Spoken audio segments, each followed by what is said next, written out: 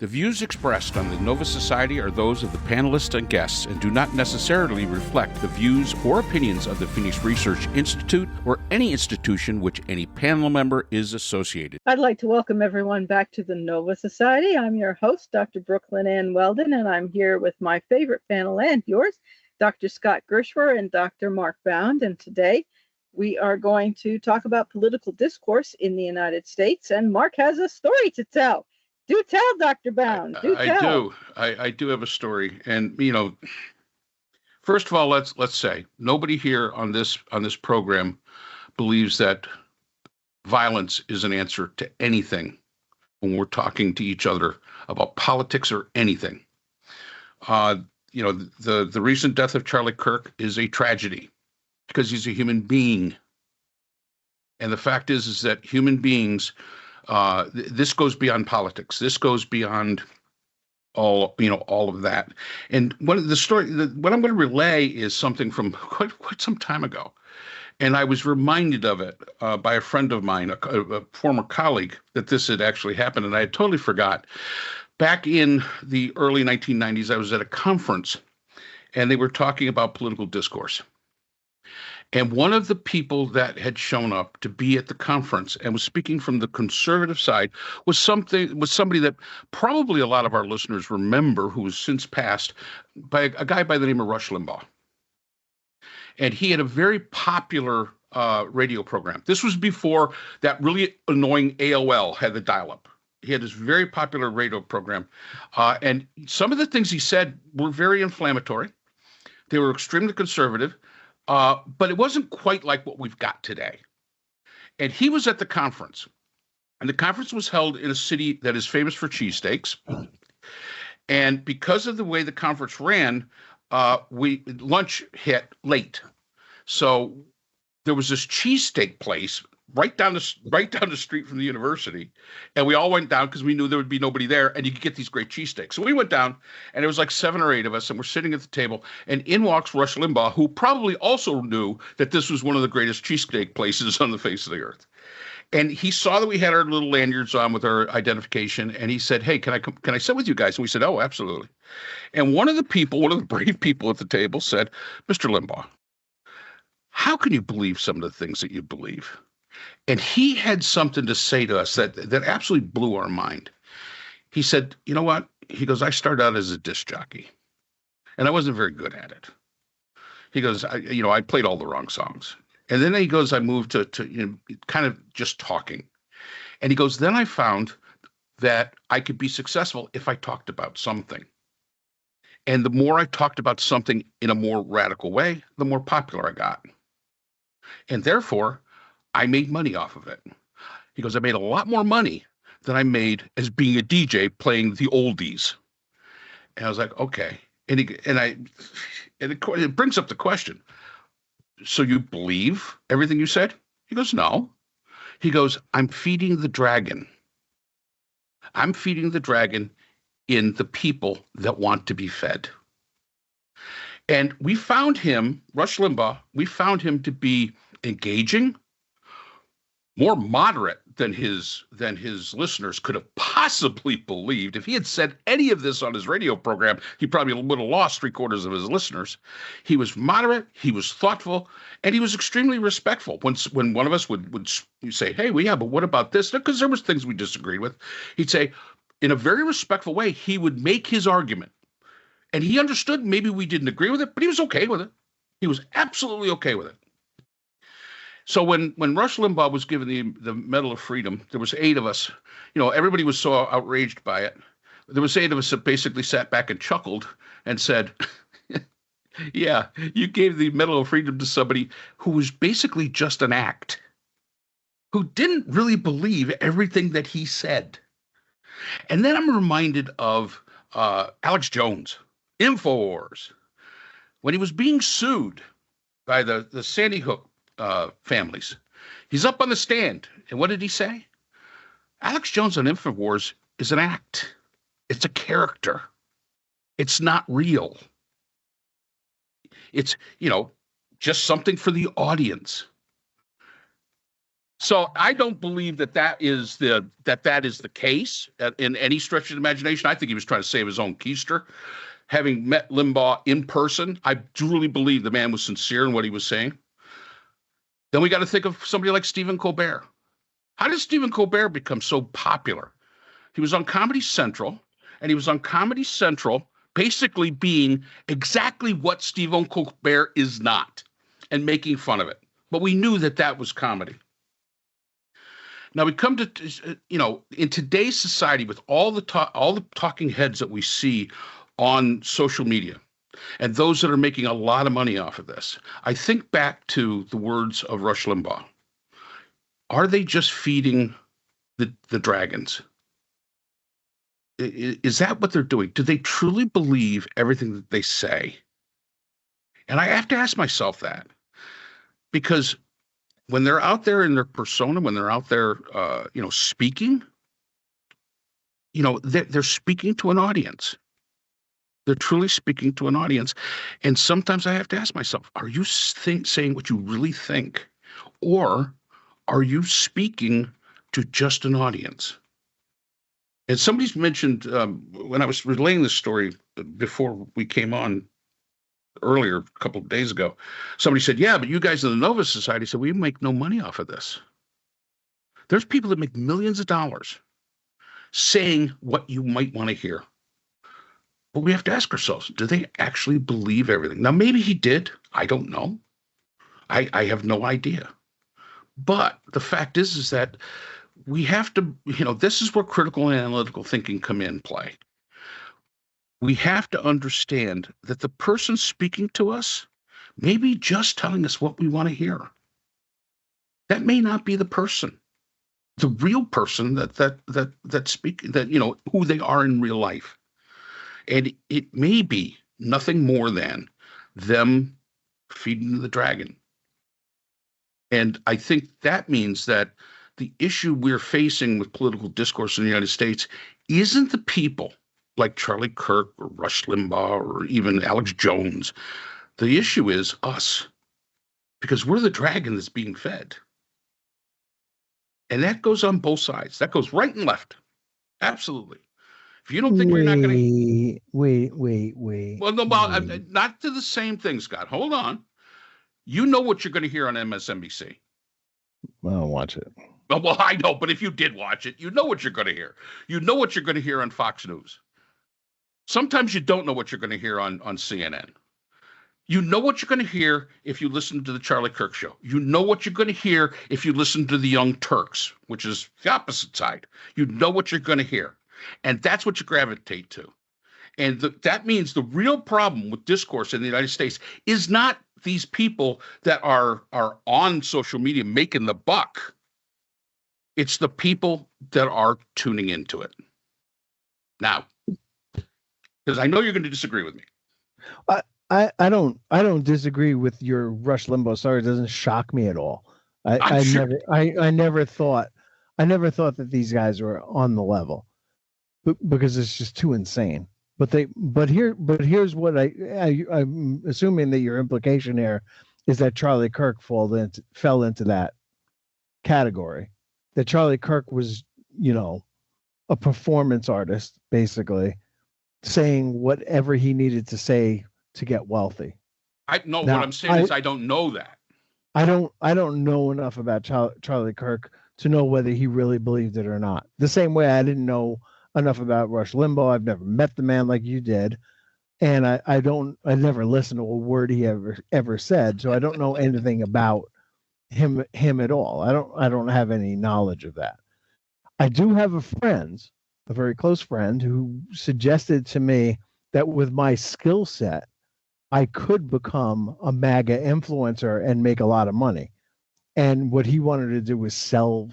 He had something that he wanted to sell, and he thought that I would be the perfect spokesperson for it. And he said, we could make millions of dollars doing this. And I said, you're probably right. We probably could, but I'm not doing it. And, I'm not trying, that's not virtue signaling. I'm not saying I'm better than anybody else. It's just it's just too much of a pain in the ass. If we were getting paid for this, I would probably hate it so much I stopped doing it. I agree. Like, just like the Facebook posts, people come up to me and go, "Man, I love your Facebook post." And my older brother said to me, "So many people have come up to me and said your Facebook posts are amazing. Why don't you try to monetize it?" And I said, "Because if I monetized it, I would hate doing it and I would quit. That's right. So there's really no point. I'm just, I'm a lost soul. Well, not everybody's us. I'm not making. I'm not in. I'm not motivated enough to make money, and I'm not. And I'm not willing to sell out. Okay, those two things are true, but I'm also like, I do this. We've changed the time and numbers, and like it's not strict, right? Like we've changed the day that we record. We've changed the times that we record. If we don't feel like recording, we won't. Yes. We'll figure something else out. And the same thing with like, nobody pays me to do anything but teach basically at this point. And even when I got paid to do marketing and PR and stuff like that, it was a lot easier for me to do it for them than it would be to do it for myself. I could be a political operative, but I couldn't run for office. I can shill for a software company, which I have done. I can't do it for myself. And if I did it for the money, I would probably hate it. If I was a columnist for the New York Times making millions of dollars, I would probably hate it so much that I would quit, because it would just be a drag. So it's just not my personality. Now, if that's true about Charlie Kirk, and I know you don't know and I don't know, okay, but let's say it is true. Charlie Kirk wasn't real. Charlie Kirk was an act. Charlie Kirk didn't believe all the things that he said, but he said them because I think somebody told me he was worth $31 million, and that's a lot of money. And yeah, I could see wanting that. I may have the number wrong because he's also 31 years old. So I may be mixing up my numbers. I'm bad with numbers, but let's just say it cost him his life. Somebody did shoot him, and they didn't shoot him, by accident. They shot him on purpose for whatever reason it was. I don't think we know yet. I don't know. We don't know whether it's because he was too right wing or too left wing. We don't know if it's because of something that he said or something that he didn't say. A stand that he took or a stand that he didn't take, right? I mean, there's a lot of speculation out there that he was killed by the Trump people because he was saying, yeah, we need to see the Epstein files. And there's a whole bunch of people out there that I know who go, you know what? That's the one that makes the most sense. That the Trump people had him killed because he was not loyal enough to say, forget about Epstein. There's nothing and Trump. There's nothing to see here. Again, no idea. Nope. Absolutely. But it killed him. Yep. It did kill him. And I'd just as soon not have to go through that myself. And I don't think that the reward is enough. Leaving behind a rich widow and children is, a nice thing for them, but it's not anything that I would want. No. And it's just not worth it to me. Well, I guess what I'm saying, and just to clarify, Charlie Kirk was worth $12 million at the time of his death. Okay.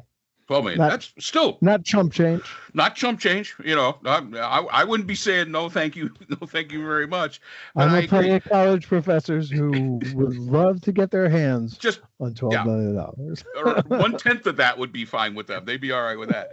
I mean, the fact is that again, but it I guess my thing with the Charlie Kirk situation, and in my courses, I've had this brought up, and of course, my comment to this is it's early days.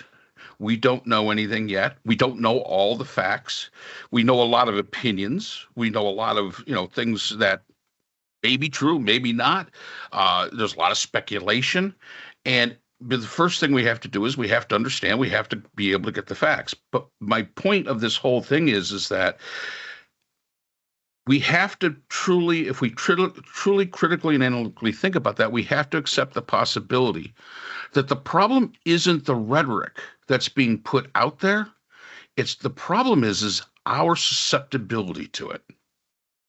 Political violence is never acceptable, period. I don't care what. I don't care if you're far right, far left, far in the middle. I just don't care. That is not how we settle differences. We do not kill people to settle differences that have a different opinion of us. It has never historically worked out very well because it gives certain people an excuse. Let's look back at World War I.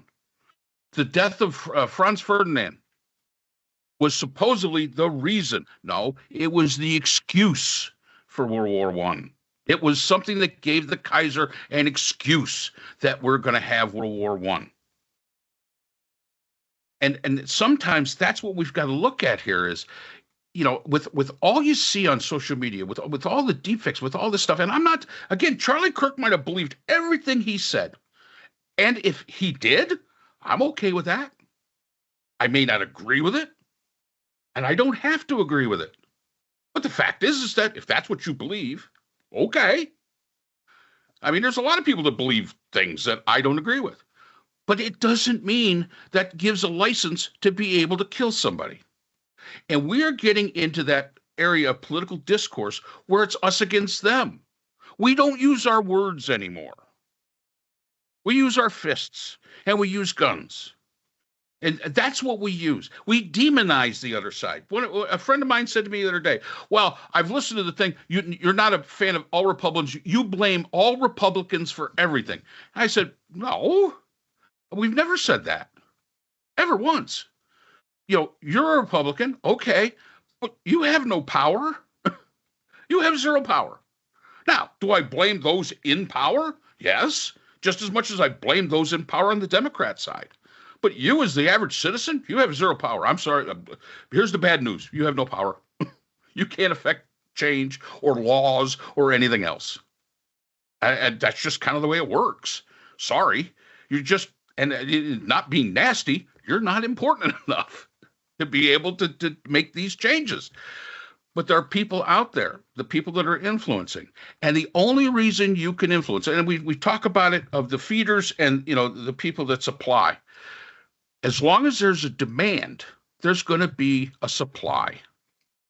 And what we as a nation, to get back to normal political discourse, is to remove the demand for that kind of rhetoric that we see so often on social media. If you lost your job, and I've seen some people lose their job because they were cheering the fact that Charlie Kirk died, guess what? You deserve it. You deserve to have lost your job. You should not cheer anybody's death. You should not do that. That's not what it's about. That only compounds the problem. So, when we look at this, again, there's so many different factors to this that we have to look at, and we have to say, all right, was this a case like Rush Limbaugh was back 40 years, but it was 30 years ago? Maybe not, but it doesn't matter. It doesn't matter if he didn't believe what he said. It doesn't matter. Well, if he did, more power, okay, fine. It matters in this, okay? Rush Limbaugh never had to deal with what Charlie Kirk had to deal with, no. which is this. The solution is guns, because we live in a gun culture where enough people in America now believe that violence is permissible and a good idea. And a lot of these turn out to be young men in their 20s who are still susceptible to other people's ideas, still very impressionable, still, very, this doesn't go for all 20-year-old young men, but confused by a lot of things that are going on in the world. This feeling that they're being left behind. We see it again and again, that girls their age are doing better than they are. that they don't have a real bright future, that the jobs that are out there for them are hard to get, and B, don't pay very well and are probably not even worth it. Like I saw my son yesterday, and I asked him how a friend of his was doing, and he said he just hangs around in his parents' house all the time, smokes a lot of bowls and drinks a lot, and that's kind of all he's doing. He had a job, but he quit it because his friend quit the job to get a better job. And without a friend there, he didn't see any sense in going to work. He wasn't working apparently for the money. He was working to hang out with a friend of his all day at a job. And that kid doesn't know what like having a job is for. That is very common today. Yeah, sometimes it does seem like these young guys are confused. And man, does this kid Robinson come across as an extremely confused young man. Oh, absolutely. Who grew up in an extreme, like I saw a picture of him and his dad. His dad's wearing a 3%er shirt. Like his dad was one of these guys who was, real right wing, and probably wouldn't have loved hearing who his son was spending all his time with. Oh, yeah. Right. And in the Mormon church, and you could add a lot of fuel to that fire, and it all added up to him having an opportunity, having the means to take a gun from the house. Like it was his grandfather's gun. Very powerful gun, apparently, capable of taking down like an elephant or something like that. I don't know what they use that for. I suppose I know that AR-15 users say that it's the perfect weapon to use against feral hogs. Again, I've never seen a feral hog in real life. I don't know. I did watch Duck Dynasty once, and he took out a hog there and left its entrails by the side of the road. Where am I going with this? These kids are really confused, and the weapons look like a good deal to them. And it doesn't take a lot of percentage points of the population who's willing to do that to create an unfortunate Charlie Kirk type situation, or name your other one, Dylan. I mean, there's a rash of young men going out there and committing acts of extreme violence because they're hearing messages in their heads that are driving them toward it, and they're not able to, as Brooke would say, critically think their way through it. Right? They don't have a filter through which to look at something critically and say this is or is not worth dying for or killing for or whatever it is, and they're doing it. So we've got a problem in our country. I don't think it's rhetoric necessarily. I don't think it's Charlie Kirk. Like I found it very easy to ignore Charlie Kirk, as I found it very easy to ignore Rush Limbaugh and a whole bunch of other people that I just ignore. I mean, I don't have an opinion about it because I never heard a word they ever said. But a significant enough percentage of the population that is listening is willing to take action based on that. And that's a scary thought that I don't think Rush had to deal with in the 90s when his heyday was. But that's that's a reality in 2025. Right. And you're exactly right. He didn't have it. His heyday was, late 80s, mid 90s. Really that speaks to the point. The problem for those that cheer the death of Charlie Kirk, you're wrong. Number one, it's the wrong thing to do. But if you're looking for what the problem is, it wasn't Charlie Kirk. It wasn't Charlie Kirk. You have the power to click your little button on your computer and move on to the next. You have that power. Yeah, exactly. I mean, and that's what, until we return to that mentality of, okay, I will say this, Charlie Kirk would go out there and would debate. I'll give him that credit. I have seen some of that. Some of it didn't go so well. Some of his debating techniques weren't all that, spectacular. But the fact is that at least he was willing to put himself out there to do it, and I give him all the credit in the world. like I said, I don't agree with a lot of the few things that I've heard that he's talked about, and that's okay too. But when we start applauding murder and start saying that yes, that is an acceptable answer to our political differences, I'm sorry, we have not only lost democracy, we've lost civilization. And we need to, go back to being more civilized. Remember, Charlie Kirk was a human being, plain and simple. And he could be a human being he didn't agree with. That's perfectly fine. Click the button, move on to the next person, move on to the one, go to your echo chamber if that's what you need to do. I mean, that truly is it. So yeah, it shows tremendous complete selfishness. As you say, both of you, Scott and Mark, all he had to do, this alleged shooter, I mean, he's been charged, but he hasn't been found guilty, was not listen. I haven't heard anything that Charlie Kirk has said. I haven't listened to him. I never listened to Rush Limbaugh either. I know their names. It never interested me. So the same as you have said, Scott. So I never listened.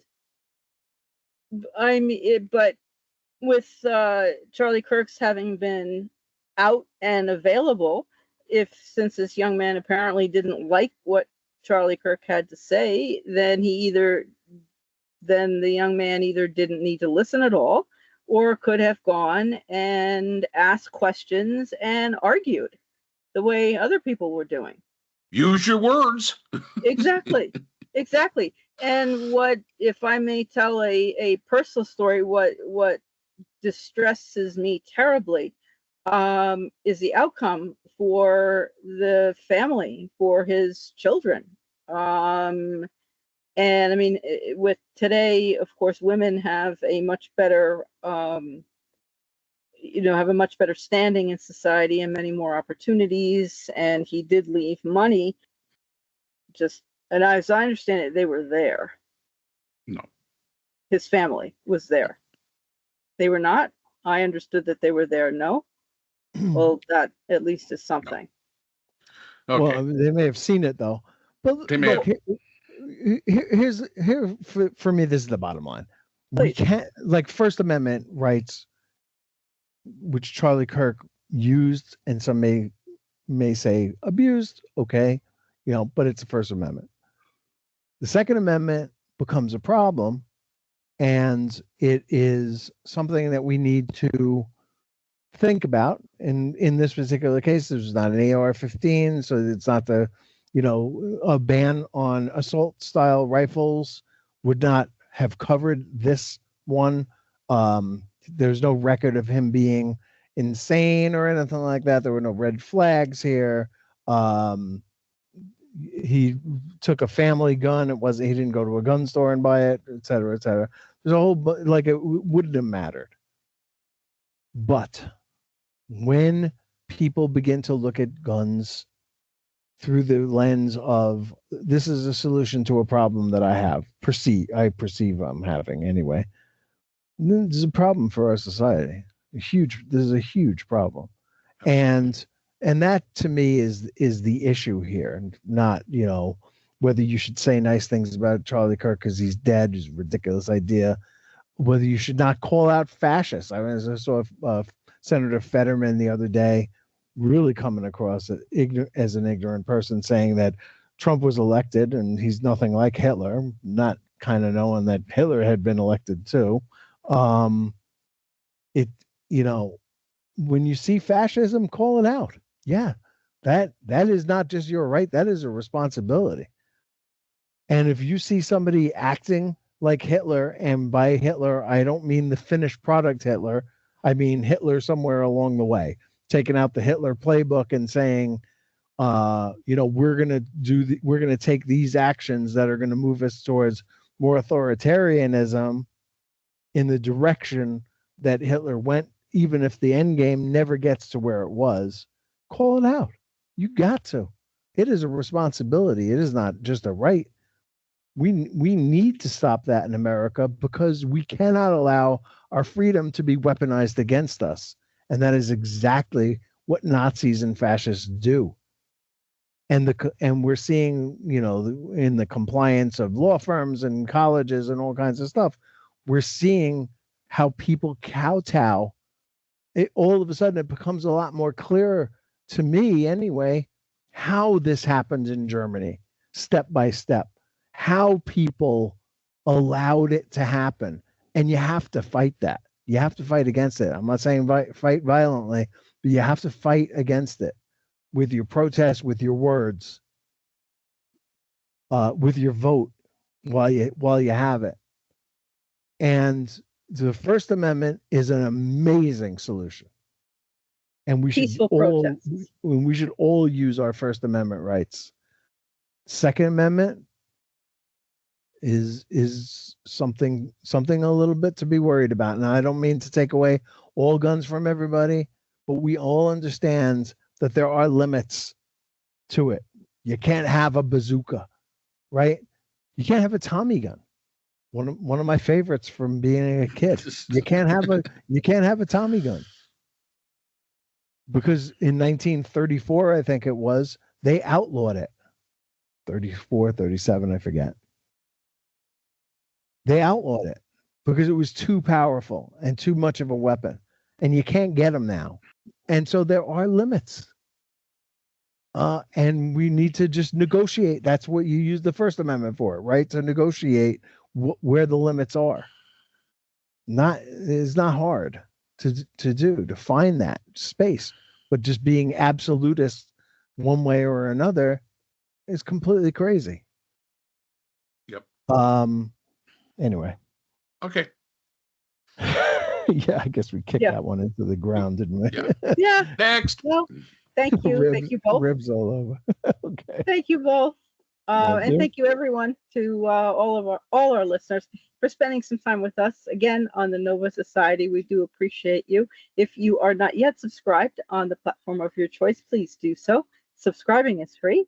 And we will see you again next time on the Nova Society. The Nova Society is a production of Nova Society Media, a division of the Phoenix Research Institute. We'd like to thank our production partners, Buzzsprout, who hosts the Nova Society, Audacity, our editing partners, Apple iTunes, the largest source of podcasts and music on the internet, Spotify, the most popular platform for the Nova Society, and iHeartRadio, your source for all things music and podcasting. The Nova Society is available on all of these and other quality platforms listed in our description. We'd also like to thank all of our listeners. Without your support, the Nova Society would not be possible.